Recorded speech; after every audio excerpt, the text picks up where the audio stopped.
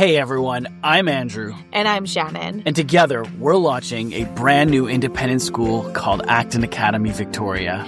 But this podcast is about more than just a new outlook on education. Our school is part of a larger journey that we are on to learn what it means to be an intentional family. Because we don't just want to see our kids get to graduation. We are looking to raise up the entrepreneurs, change makers, and leaders of tomorrow. So thank you for joining us for another episode of The Intentional Family. Well, welcome back to another episode of The Intentional Family. Hi, it's nice to have you back.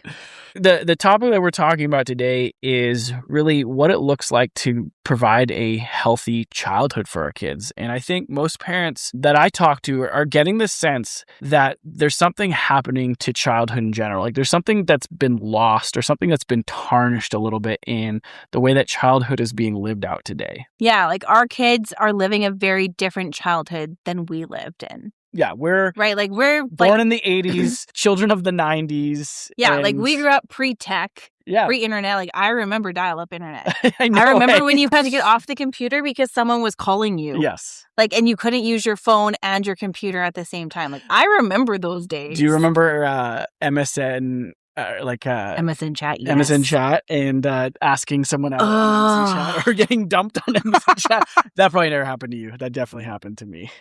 We are really dating ourselves. But the point is that as we evaluate the reality of the world that our kids are growing up in, we're starting to see some trends. Kids are moving less. I think we're continually hearing that attention spans are shrinking. This is a huge one. Anxiety rates are on the rise. And outdoor play is disappearing. And I mean, the crazy thing is the amount of screen time is just exploding. Yeah, when we actually looked up averages of screen time use, they say the average child aged kind of 8 to 18 is spending 7.5 hours a day on a screen. Like between gaming and entertainment and social media. Like that doesn't count homework. That doesn't count school, e-learning or school at all. Like that is just entertainment alone. They're saying the averages for kids aged 2 to 4 is 2 hours. Those numbers are mind-boggling to me. Yeah. And just like almost heartbreaking because I think about all the life that could be lived outside or with people that's not being lived because you're in technology. Yeah. And I think it's not just a digital consumption issue. We're seeing that this kind of consumption reality, this intaking of stuff that's maybe not good for us is true in so many parts of our lives. We see that with processed food, with the chemicals that we're eating, with endocrine disruptors, hyper-palatable food, sedentary lifestyles. These are all things that are on the rise and affecting humans and especially children. And I think like even just as we've been on a journey, like I wouldn't call us crunchy. No, we're actually starting to trend a little bit. We're becoming a little bit more crunchy. We're becoming a little bit more crunchy. But as we kind of realized, just as we looked at our own life and saw some of the things that we were doing, that we're like, oh, we probably shouldn't eat those things. Maybe we should use less plastic and try to use more glass. Well, one of the weird things that I've noticed is how many people we now know that have fertility problems. Mm-hmm. And you know, again, I'm by no means an expert in this, but I was listening to a podcast that just piqued my interest the other day, and there was a researcher who was on, and she was talking about all these microplastics and how they're affecting the human body, and especially how they're affecting things like fertility rates because they're lowering sperm production, and you know, all of that kind of stuff is related. And we're just, a lot of the time when we're in the drift, we're just kind of throwing this stuff into our kids because it's easy and it's convenient and it's cheap. And so it just feels like, hey, this is normal. And we don't oftentimes see the consequences or the outcomes of these decisions until years and years and years later. So now as we think about this in terms of the kind of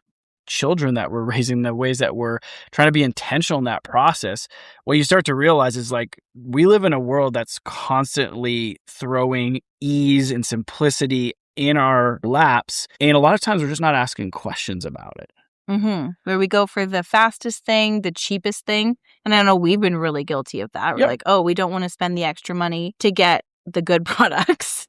Having to be much more intentional about, what we buy and what we use. And this is a huge growth area for us. I hope you hear that we're not there yet. Like we are actively in this process of examining this area of our life to see, wow, we have not been intentional in this. And we need to at least pay more attention. So there's this researcher, his name's Jonathan Haidt. I've kind of followed him for a number of years. He's written several books. One of the ones that more recently came out is called The Anxious Generation. And in the book, he talks about a bunch of different themes that really touch on this. He talks about this contrast that we see in the past between play-based childhood versus what we see now is what he calls like phone-based childhood, right? So again, we talk about growing up in the 90s. I have memories of no friends of mine having a phone. Yeah. Literally the way that we would communicate is I would have to memorize all my friends' numbers and I would actually call them on their home phones, on their landlines. It's true. Or you would like walk down to their house and knock on their door and be like, hey, can you come play? Right. Now, I mean, our kids are going to grow up in an era where they're texting. And even I've been told from friends who have teenage kids that their kids don't even text anymore. And so they have these strict rules where they're like, we don't want to use Snapchat because Snapchat is all kinds of issues. But that is the main way that junior high kids are communicating is they communicate through Snapchat messaging. And so their kids are starting to feel isolated and left out because they're not part of this particular communication service. The other one is that we grew up in a world where our parents were just a little bit less afraid of us going outside by ourselves. And now we live in a world that's highly overprotected. And at the same time, and Jonathan Haidt, again, he talks about this, where we've overprotected our children in the real world and underprotected our children in the virtual one. Yeah. It's recognizing that as soon as your kids go online, there are companies that are trying to make money off of them, right? Yeah. They become a commodity. And, there's that great line about Facebook. I can't remember where I heard it, but essentially the line is, if you're not paying for this, you are the product, right? And I think our kids, like, they don't have what we had. They didn't grow up in an arena where you could really look at the world around you and compare it to the virtual one. They are living an integrated life where the virtual world is the real world for them. And so they are being put in a space in which they're constantly bombarded with messages, with AI images now, with this mix of virtual and real reality that can sometimes be hard to distinguish. And they don't have necessarily the time and resources to be able to actually gain the functions neurologically that they need to have discernment in that space. It's true. Or even you think about the ability to pretty much order anything you want from your phone.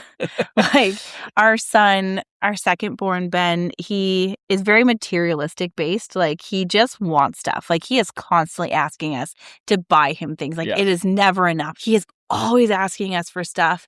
And I'll be like, no, Ben, like I can't buy that right now, or I can't get that. He's like, yes, you can. Like, Mom, go on your phone and order it from Amazon. It can be here tomorrow. Right. And I'm like, yes, it can, but I'm still not going to do that for you because it's not good for you. And another part of this is because children are spending way more time in the virtual world, and because again, this is kind of the ideas that Jonathan Haidt is bringing out, is that parents are really actually terrified of the real world. There's this sense of danger. It's scary out there. We must always supervise our kids. And so it actually feels safer to us to put them in a virtual environment. And so there's this loss of natural free play. Children aren't actually getting out into climbing trees and playing ball hockey and intermingling with neighborhood friends and learning all the dynamics that come with that. And so there's this loss of free play. And then the final thing that, I could mention is just this constant stimulation. So, the reason that attention spans are going down is because the dopamine kick that comes from like a TikTok video is meant to really just slam your brain with something that's going to give it a high. It's like an addiction, right? Yeah. It's like suddenly something that's good in your brain that's meant to kind of occasionally come up to be like, this is a good thing, is just getting boom, boom, boom. It's like the way that they make potato chips. I've heard the way that they make potato chips is they figure out how to stimulate all of your taste buds. So, you got the sour, you got the salty, you got the sweet, you got the bitter, all of those things at once. All in a Dorito chip. All in a Dorito. All in a sweet chili heat Dorito chip. And what happens is the reason they're so addictive is because it actually stimulates. It's like getting a fire hose of flavor every single time. It is true. It is true. It's so good. It's so good. And so bad. So bad for us, but so good. But it's the same thing that's happening with social media. It's like getting a fire hose of stimulations every 30 seconds or something like that. And our kids are their brains are not wired to defend themselves in that. No. But the reason we want to talk about this is not just because it's fun to be like, well, in the old days, kids did this, but hey, Grandpa. But because we're actually seeing the pretty significant detrimental effects. And this isn't just about entertainment habits, because what's actually happening is it's changing the way children are formed. Yeah. And so this is why we think it's really important to talk about and to think about as an intentional family. Mm-hmm. We actually, again, we started this whole series by saying, what kind of humans do we want to make? Who do we want our kids to be in 20, 30, 40, 50 years? Yeah.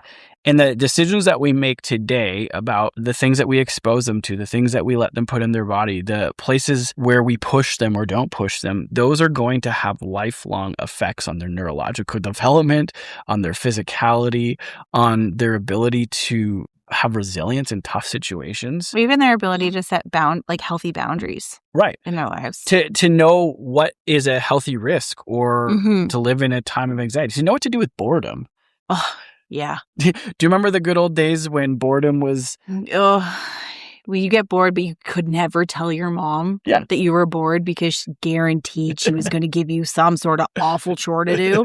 So you just had to figure it out. But again, so much of our childhood, when I hit that I'm bored phase, I would look around and then suddenly I would get lost in building an incredible Lego universe or, find a new book or go outside and have an adventure with my brothers. Like, it stimulated actually having to do something awesome. Yeah, it improves your creativity. Yeah.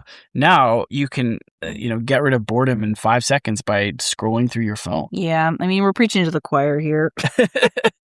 I suck at boredom. So one of the big things that we are recognizing is that as children are missing out on these opportunities, it is actually making them less resilient, and it is causing a greater amount of anxiety, a greater inability to actually face challenges. And so they're not learning the courage that they need to, because they're not actually encountering manageable challenges or manageable tasks. Yeah, because when you don't take risks, you don't learn what you're capable of. You don't learn how to safely take risks. So all risk seems really dangerous. And you can see why that anxiety would spike, right? Because you've been trained to think that the outside world or the real world all around you is dangerous, full of risk, and you don't actually have the skills to handle that. So the real world is a hugely anxious place.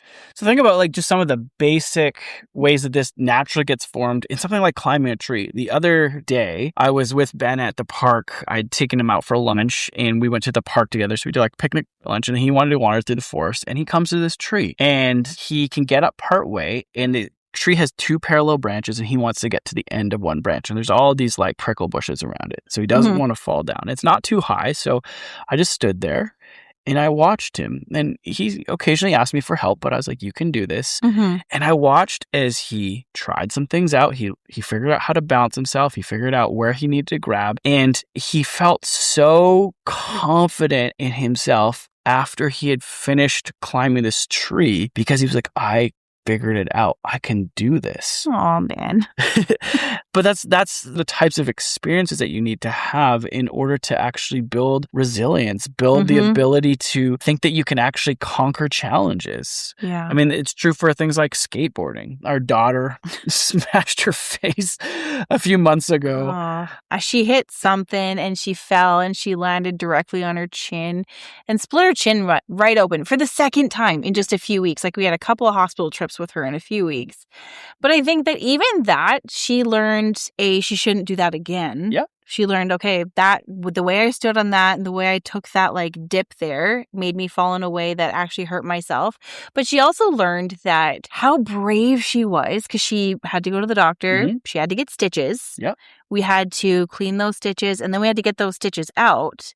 And she was a total champ through the whole thing because she was just I've got this. I can be brave. I can be strong. Yes, it hurts, but I can manage that. And it was such good learning for herself, because now like she is still willing to take risks, even knowing that, yep, I could get hurt, but I managed it last time. I did okay when I got hurt. And so I can do that again, that if I get hurt again, like I'll be okay. Well, and you see the effects of that in the sense that she still has a ton of confidence, and she's outside now riding her bike around. And I was actually looking at her legs today while we were grabbing ice cream, and she's got scrapes and scratches all down her legs because she's been outside several hours a day just rollerblading. She taught herself how to rollerblade. She's been riding her bike. She's been running and playing man tracker with the neighborhood kids. Like they're climbing through bushes. Yeah. And, like, it's crazy. But she has this sense of fearlessness in a healthy way, I think, where a little scrape, a little scratch isn't going to be the end of the world for her. She's not afraid to try something because she knows she might get hurt, but she's going to be okay.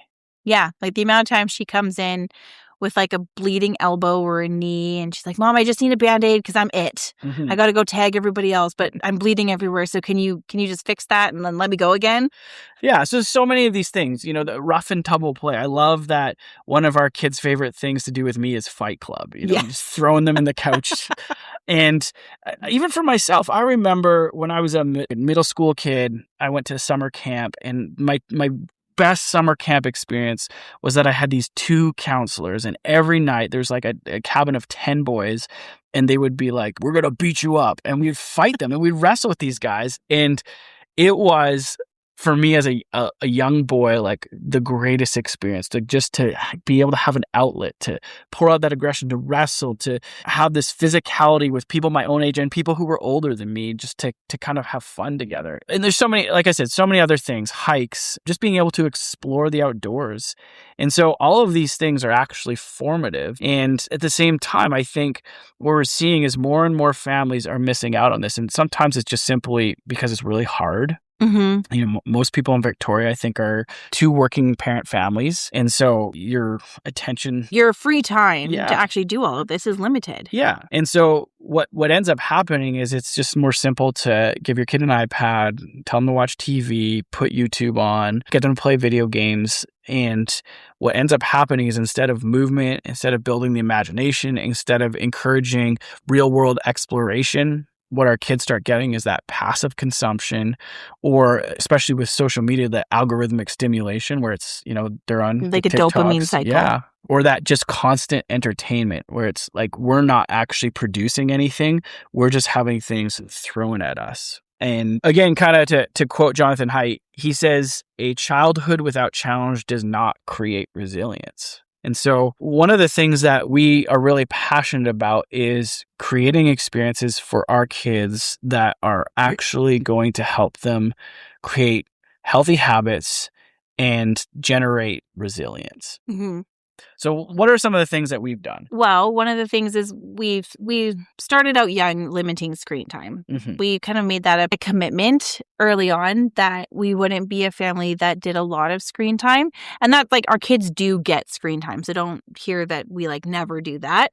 And to be fair, they might actually get more screen time than I did growing up. And I grew up with, you weren't allowed to just turn on the TV. No. That was never allowed. You couldn't, you had to have permission. If we were going to watch something, it was as a family. And so we kind of said we wanted that to be a bit of our kids' experience growing up, is that like movies are watched together. Our kids get their iPad game, like they play like Khan Academy or Duolingo. Yeah, it's like educational games like maybe once a week, more so in the winter. Yeah. But one of the things that we really wanted to have our kids grow up with doing is just being outside, having lots of experience and ability to just be outside and play. And so, well, and especially the reality is that we live in one of the most beautiful places on earth. Vancouver Island is so filled with a wealth of hikes, beaches, viewpoints. Like, there's just so much here that I did not want our children to just to grow up in a place where they never actually got to experience how incredible it is. And so for us, especially because we live on the West Shore, there's just so much opportunity here. So one of the commitments that we made is that we want to do a weekly family outdoor experience. And so we do that. So in the winter, we hike. I mean, we also have a Labradoodle who needs to get a significant walk every day. So Saturdays, it was always like, well, we have to walk the dog. So we're going to all do a family hike. Yeah. But in the summer, we spend more time, like we hike a lot less in the summer and we do beaches Yep. where we catch crabs and we play in tidal pools and we swim and we build sandcastles and crab prisons. But the kids just get a chance to learn and explore and just have a ton of fun together building forts and whatever it is that they want to do. Well, and it's not just the hikes, it's the outdoor adventures. You know, one of the things that is a highlight for me is every summer, because you hate camping. I'm sorry, I'm not a camper. We go and I go and borrow some camping gear from our friends, and we set up the tent in the backyard. Me and the kids camp for a couple of days in our backyard, and we are going to camp at some point in the future. I feel like I always have the excuse like, oh, we have a little baby. And that's not going to be an excuse forever. We have that this year.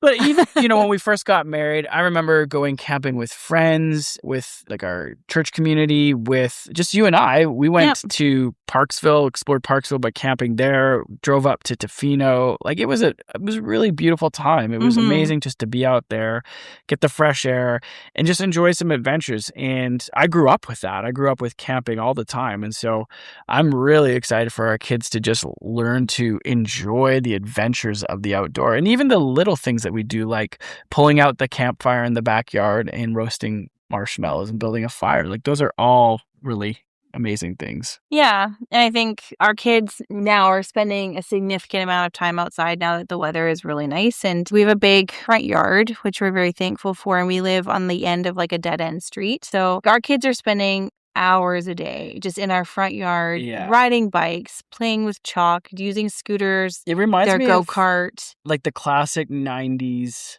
summer, right? Yeah. You've been having these conversations with some of our friends about giving our kids a 90s childhood. I know. When our friend Amalia first mentioned it to me, she's like, I really want to give our kids a 90s summer. And I was like, what the heck is that?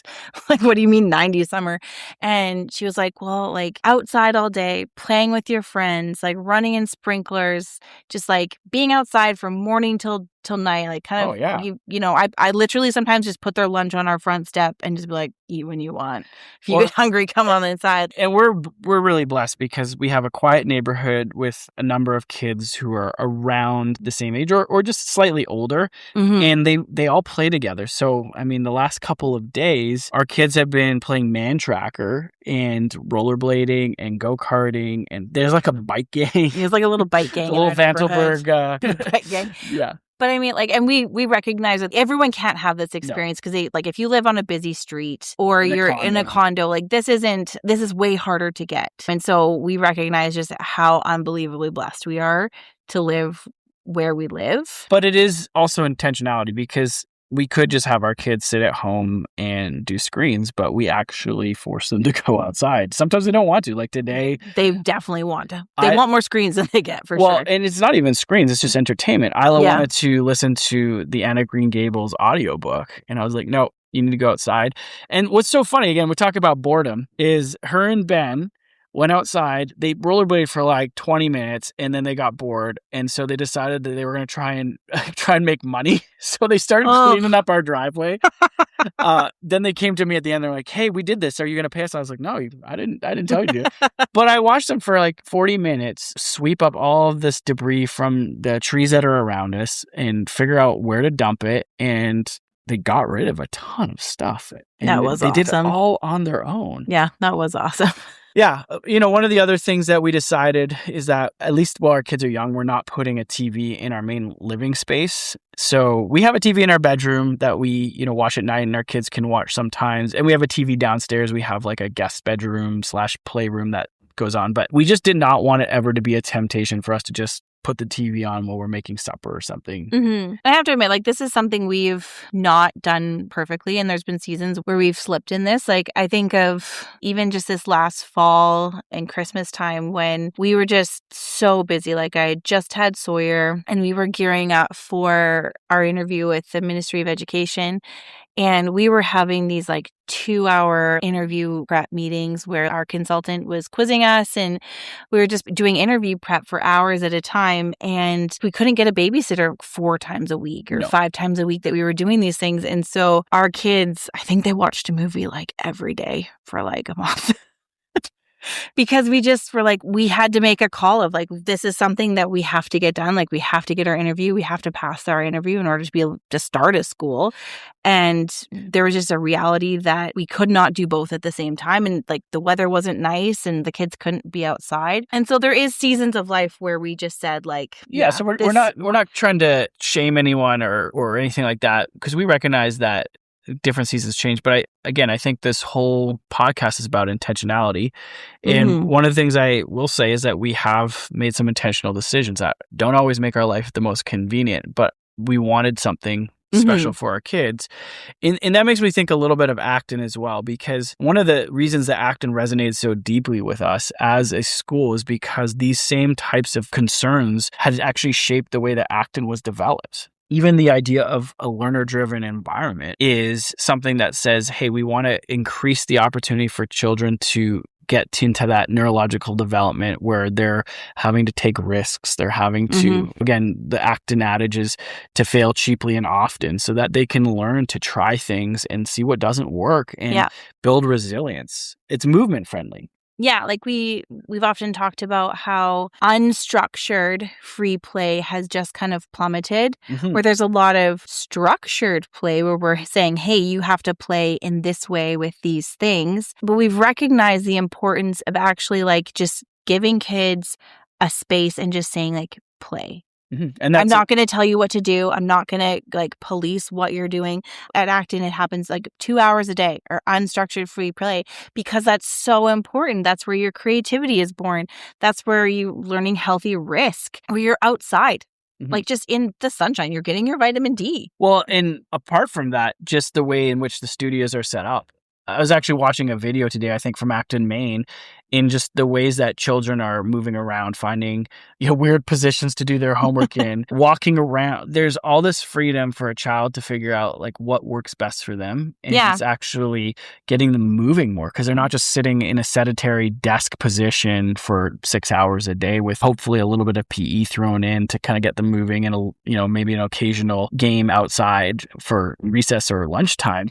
Yeah. Well, even when we were at Acton in Lincoln, we were able to go to Lincoln, Nebraska and spend some time at the Acton Academy Lincoln there, which is an incredible school. And I got to sit into their elementary studios and just observe. And I got to observe their core skills time for a couple days in a row. And you see incredible deep work happening, but you see it happening amongst movement.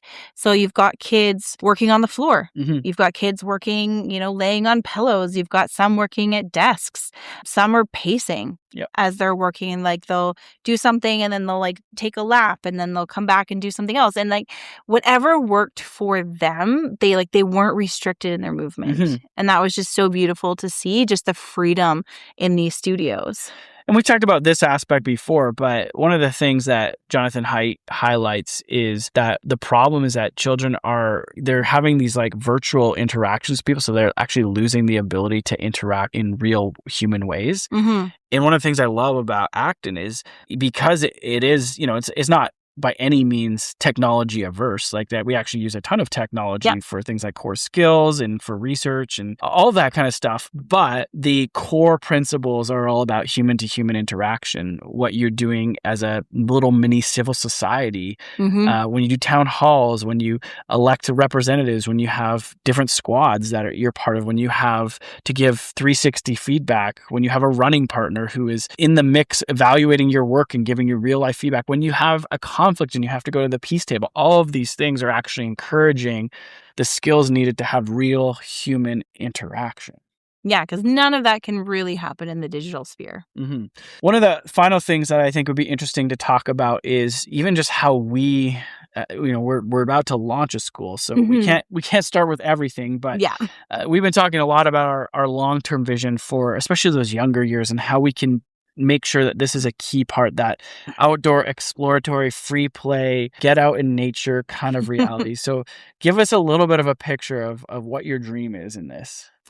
Well, I think initially it's going to start with several hours a day of just outside free play. Like we're in a location that has an absolutely beautiful outdoor space where there's tons of space to run and play and just be. And so I can say confidently that 2 hours a day is going to be just outside playing.